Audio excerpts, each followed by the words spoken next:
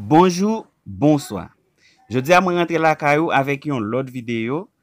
Moi viens montrer comment capable retirer taches noires, les jambes ou noires, les dos mains noirs, les coups de poing tout noirs. Moi viens montrer comment on capable et nettoyer yo pour capable vin clair.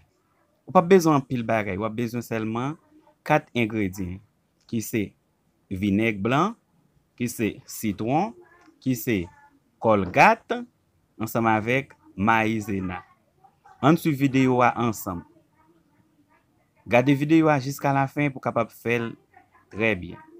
Ciao, n'apprenons une prochaine vidéo.